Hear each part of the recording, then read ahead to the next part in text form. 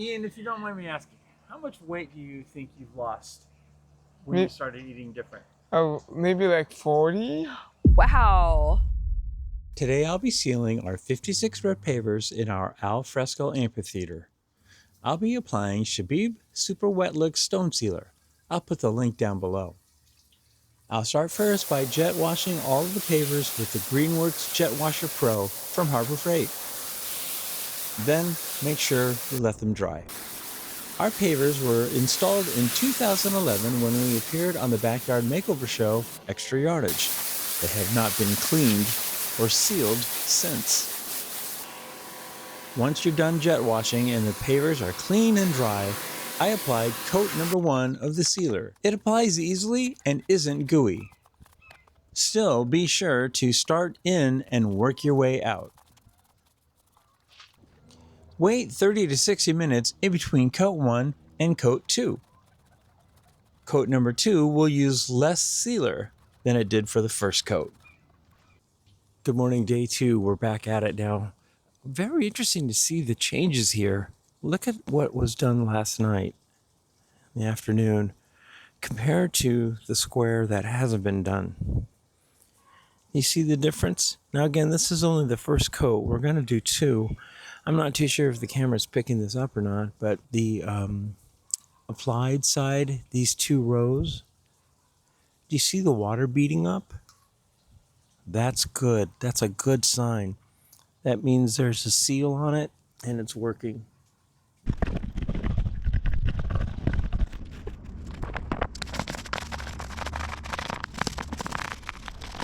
Check, check. Good morning, and it's day 3 of the staining project. Not because it's a difficult project are we into day 3.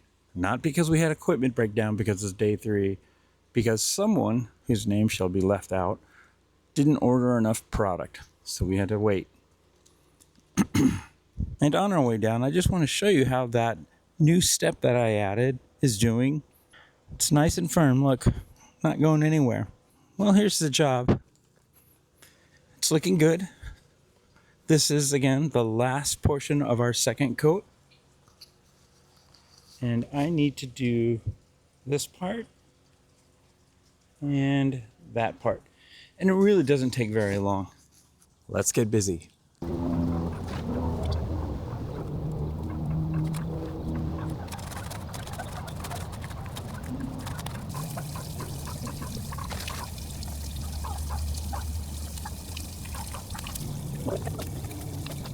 The paver sealing job is done and it looks fabulous. We're very, very happy with it.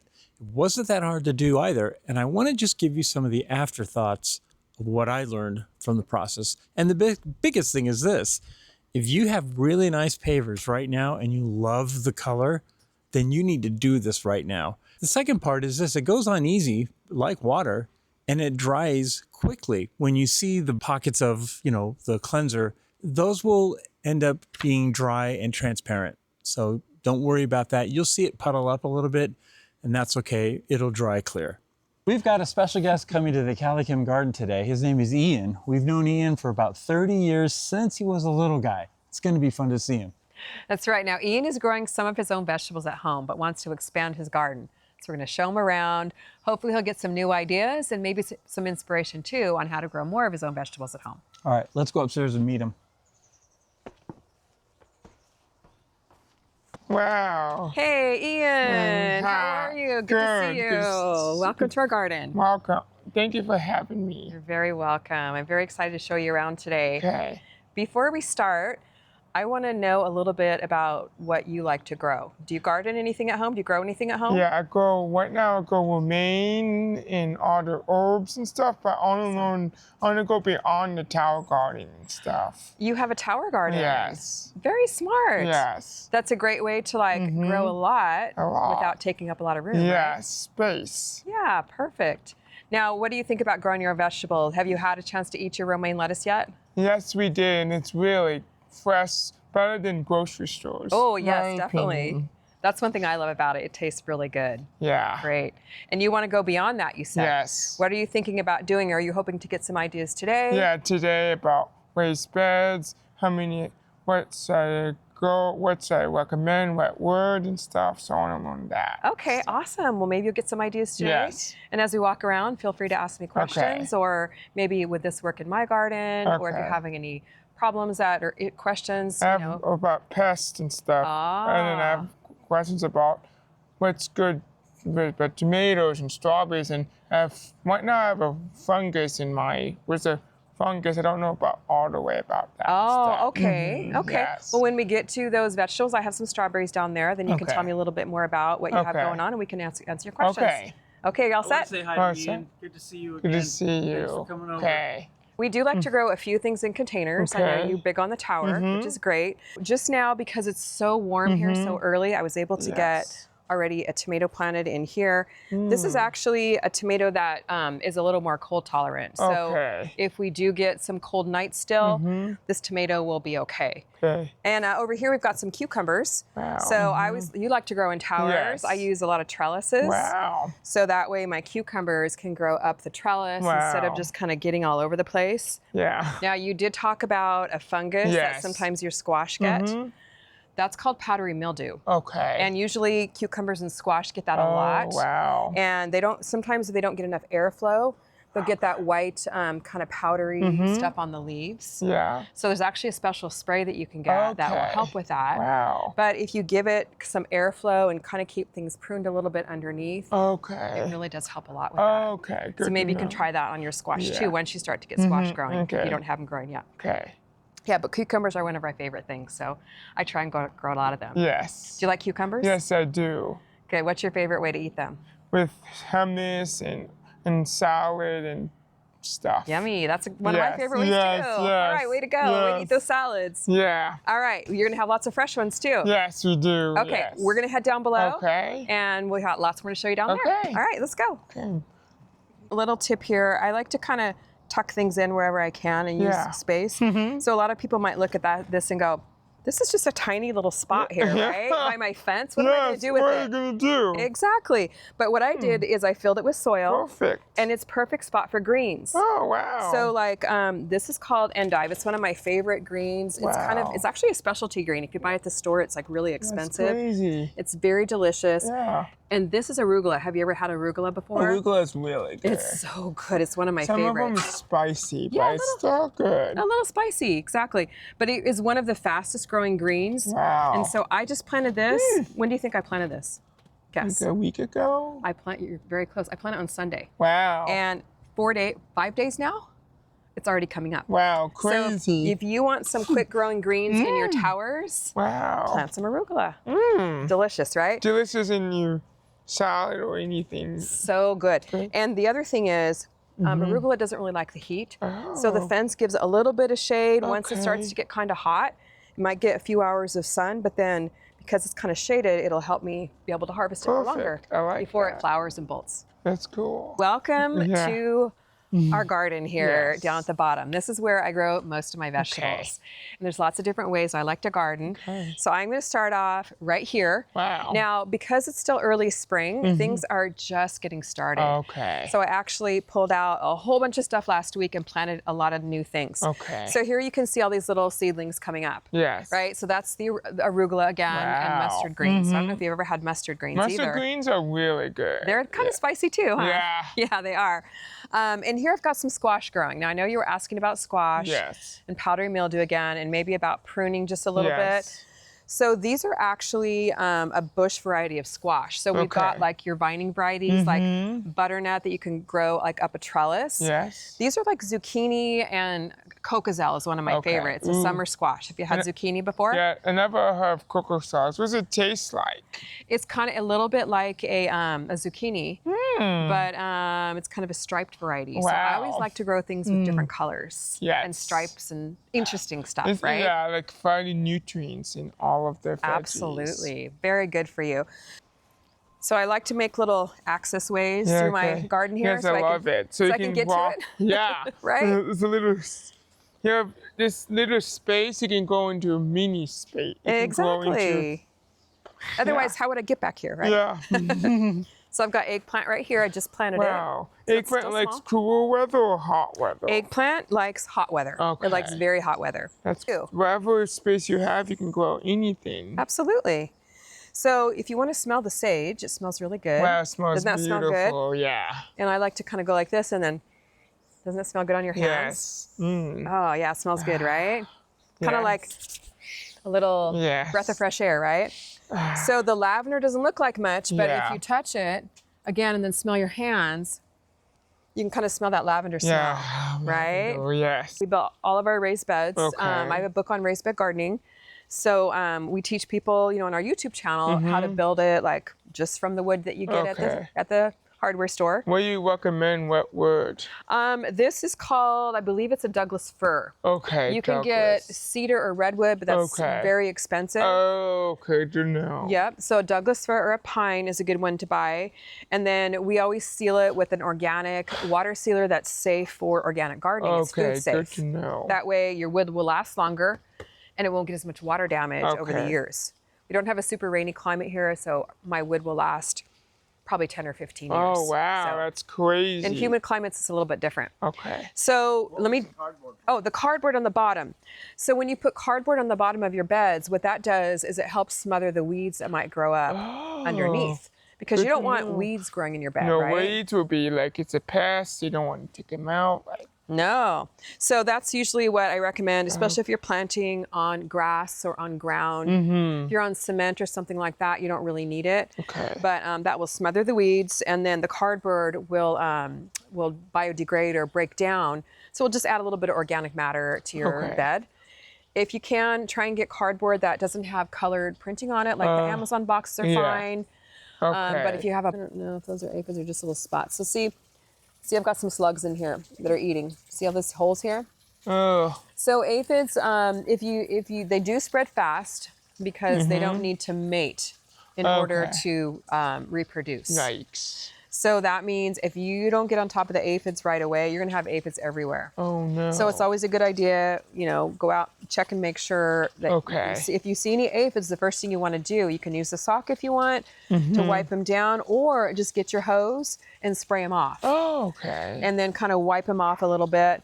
Yeah, I think I do have a couple in here, maybe. I see the white. Yeah. Yep. So you can just spray them off and, check them every day, and then sometimes they won't come back. Okay. But if you have a lot, you have to, I use an organic spray Okay. that will kill them on contact. It's called What? Takedown. Takedown. Yeah. Okay. Yeah, we have a pest control company that we work with. That it's excellent organic products that are safe, Okay. organic gardening, and then that'll take care of it. Okay. Ian, if you don't mind me asking, how much weight do you think you've lost when you started eating different? Oh, maybe like 40, Wow, 30 pounds. that's a lot, Ian. Yes. That's great. We noticed that you look a lot thinner now Yes. than when we saw you a while back. Yes. Mm-hmm. Very good. Have you Yes. started eating more vegetables We since eat you a had your lot garden? more. Yeah. God, I want to encourage. Now I want to encourage special needs kids how to eat healthy like that. That's Because awesome. my friends are not eating proper nutrition. No. No. What advice would you give them? I want to encourage them to start with a tall garden or one raised bed, and you can go from there. There you go. I love that. And running too. And You do running? And exercising is good for you. That's awesome. Yeah. I love to exercise too. Yes. Do you like to run? Yes, not when it's hot. No, I don't either. We try and go early in the morning or in Yes, the evening. we try, yeah. Mm-hmm. Very good, Ian. I'm really Yes. proud of you for encouraging other people. Yes. That's awesome. Yeah. And now you can expand your own garden and Yes. have more vegetables. Maybe you can share those with your friends Yeah. too. So I don't have to buy anymore. So you ready to plant some tomatoes, Ian? Yes. Okay. So I actually grew all these tomatoes from seed. Wow. I started them, here's the date on here, February 2nd, 2-2. Wow. So we're almost into April. So they've grown indoors for about 8 weeks. So I have them under grow lights. And actually they've been outdoors for a couple of weeks now, hardening off, because when you bring them from outdoors or indoors to outdoors, you have to do it gradually. Wow. Otherwise they get shocked and they'll die. So we're gonna pop a couple of these in here. These are some of my favorite varieties. Rainbow tomato. So the rainbow tomato is an heirloom which has a mixture of colored. So I think we're gonna plant a rainbow. Does that sound good to you? Yes, sounds good to me. So what we're gonna do first is we're gonna dig a hole. So these string trellises are already in. I used them last year. I just leave them in over the winter time. So what I'm gonna have you do is dig a hole right here, okay? And you wanna dig it kind of deep. I'll tell you, because you wanna plant tomatoes kind of deep because they have little hairs on their stems. Oh, look. That means I have healthy soil. There's a worm there. Oh, wow. Yeah, cool, huh? The worms are not harmful. They're good for anything, I heard. They are very good, the earthworms. It's a good feeling to have your hands in the soil. Yes. It's soothing. It is soothing, right? No wonder people like farting in there. Exactly. Oh, that worm's going right in there again, isn't he? When you don't add nutrients, you're going to put your plants in, they won't have any nutrients. Okay. So we're going to add some soil builder, it's called. What I'm going to have you do is put a scoop, like maybe half a scoop out there, and look how nice that soil looks. Yeah, And can you smell it? Smells okay. Doesn't it smell good? Or Yes. does it smell bad to you? No. Okay. This has all kinds of good stuff in it. It's got some worm castings and plant food. So you can go ahead and pour that in the bottom of the hole there. There you go. And we're also going to put this is fertilizer specifically for tomatoes. Okay. Yeah. So we'll just put, I'm going to have it scoop out a little bit for you. I usually use gloves when I touch fertilizer, even this is organic. So you can go ahead and put that in the hole as well. And then you're just going to kind of mix that around in there and break it up a little bit. There you go. Here we go for tomatoes. Yeah, it's going to help our tomato grow. So a little trick I like to do when I'm pulling my tomato plants out of these little, I call these 6-packs, is I use a spoon because it's just easier to get them out than a shovel. This is kind of big, right? Yes. So I'm going to show you a perfect example of tomatoes growing roots out their stem. See these roots right here? So this tomato is kind of leaning over, touching the soil, and it's already starting to grow little roots, right? So imagine that in the ground. It's going to be a nice sturdy plant because all those roots are going to start growing out like this. And it'll be a very sturdy plant, so it won't blow over in the wind. So I'm going to have you stick your spoon down in here and kind of pry the whole thing out. There you go. Now, look at this. We've got 4. Whoa. That's too many, I know, right? too many. So what I'm going to do is break this apart because the tomato plants are so strong. They're hardy. They're very hardy. And look at those roots. Wow, they're healthy. Pretty cool, very healthy. So what I'm going to have you do is kind of dig down in that, the hole there to kind of open up a hole for my tomato. So kind of go like that to make a little hole down in there. There you go, perfect. Very good. There you go. Okay, and then I'm going to have you take the tomato and pop it in the hole. Okay. Pretty easy. Yeah. There you go. And here, let me try and get down a little bit deeper. There we go.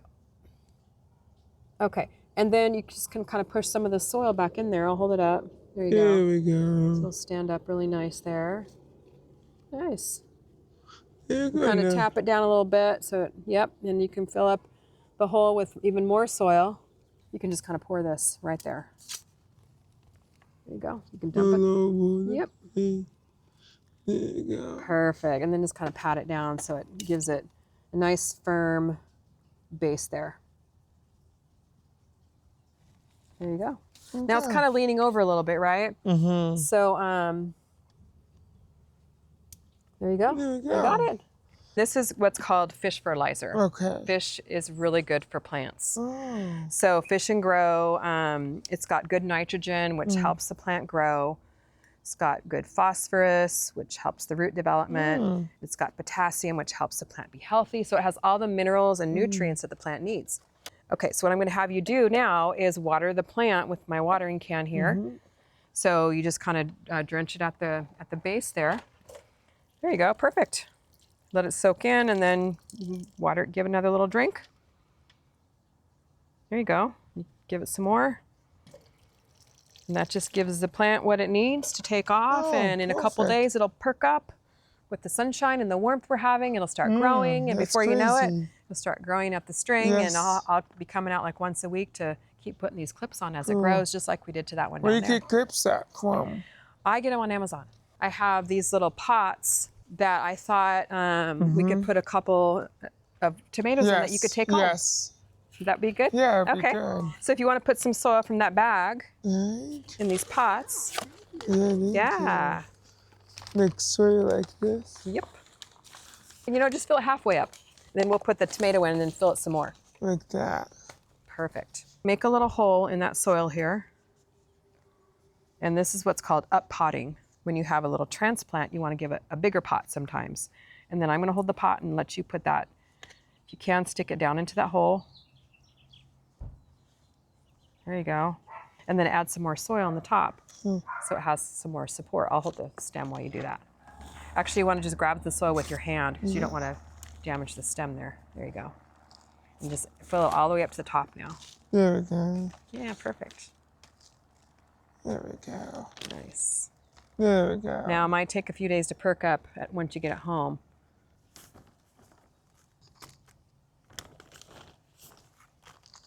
We love to eat our tomatoes, just slice them, and sometimes we'll put like mozzarella and basil on them, and or put salads, of course. Or salsa. I'll make like raw, fresh salsa. So good with the peppers. Yeah. Nice. Okay. Perfect. Okay, let me get another tag for you. Compared to like store-bought. And store-bought. It does. Huh? It does. Huh? So store-bought doesn't taste good anymore. Once you get used to your own, right? Yeah. It's not that great. Okay, let me see. One more. Here's a small one you could put in your tower. Okay, there you go. One more. Okay. And this is one of my favorites. I love this tomato. It's called Tiny Tim. So that would work out really well Yeah. because it's a Tiny. small dwarf tomato. It only gets to about 2 feet tall. Maybe tower. See how much smaller these are? Yeah. That'll be better for your tower. Perfect. Tiny Tim's nice. It's kind of a cherry tomato. Oh, And but you can you can grow it in like a 5-gallon container if your tower gets too small for it. And it grows a lot of little red tomatoes like that. yeah. It's like a weed. Yeah, it's one of my favorites, and it lasts a long time. The tomatoes, it seems like it just grows forever. Nice. Let me write the name down. Sounds beautiful, the fountain right there. Oh, you like that? Thank you. Okay, and if you put these right here, we're going to give these a little bit of water too. That way they can get a good start here. Won't get too dry before you get them home. Yeah. I'll give you a little tray to take them home in. There you go. All right. Here we go. All right, Ian, nice job. Yeah. You are a bona fide gardener. You've got your Yes, own greens at home. Now you've got some tomatoes to take home with you. Okay. And I want you to let us know how Okay. they grow, okay? Okay. You have any questions about anything? Nope. So I don't know if you knew that I'm also an author. I've written 3 gardening books. No. And I know you're super interested in growing Yes. raised beds. Yes. Well, I've actually written a book on raised bed gardening, and I wanted to give you a signed copy Thank today you. for you to take home Thank you. and learn how to grow your own Yes. raised beds. Yes. So the 2 of our raised beds that we built, all the instructions are written down in Oh, here for you, cool. as well as like how to fill it with soil, how to plant That's it. cool now. Has in the back here, I'll show you, in case you need some ideas on what to Okay. plant. It's got some different planting Wow, layouts. that's good. So like now- fall, summer, flowers, how to arrange your plants. Thank you. And then this is our spring garden seed collection. So if you Okay, want to plant thank your you, own yes. seeds, Oh, you can have some seeds thank too. Thank you, You're Kim. very welcome. Yes. I can't wait to see your Yes. garden come to Okay, life. Yes. Thank you. Well, thanks for coming over. Thank you for coming you're over. welcome. Yes. Yes. You're very welcome. Thank you, Ian. Thank you. Fist bump. See you next time. This is a toilet supply line plug. Ah. Interesting story. Tim, one of the engineers at Mr. Landscaper, invented this because he ran into a conundrum while repairing the toilet at his house. He could not get his toilet supply line to stop leaking while making a repair. And when he went to the hardware store to find a plug for the toilet supply line, he couldn't find one and was told this type of plug doesn't even exist. So he invented one. The toilet supply line plug is used for temporarily sealing the end of a toilet supply line while the water valve at the wall is shut off. Many of these water valves coming through the wall supplying water to the toilet tend to leak even when they're turned off. So this is how you use this if you have a toilet repair. First, turn off the water valve located on the wall near the toilet by turning the valve hand tight to the right. Next, drain the toilet tank by flushing the toilet. Now place a small bucket or bowl under the toilet's tank where the water intake is located to catch any water left in the tank after flushing. Next, unthread the toilet supply line fitting attached to the toilet fill valve at the bottom of the toilet's tank. Now thread into this fitting the red toilet supply line plug to stop any leaking coming from the closed wall valve. Now you are able to service the tank and repair or replace the toilet fill valve. Once you're done with repairs, simply unthread the red toilet supply line plug and thread the end of the line back into the toilet fill valve at the bottom of the toilet tank, hand tight. The last step is to turn the wall valve back on. Now, Tim, I think this is pretty darn clever of you for inventing this. I think we all could use a few of these around our house. So head over to MrLandscaper.com and the code CaliKim gets you 20% off. Now, this simple plug is under $5 and will save you a lot of headaches when doing toilet repairs. In fact, I think you should have a few around, just in case. Thank us later.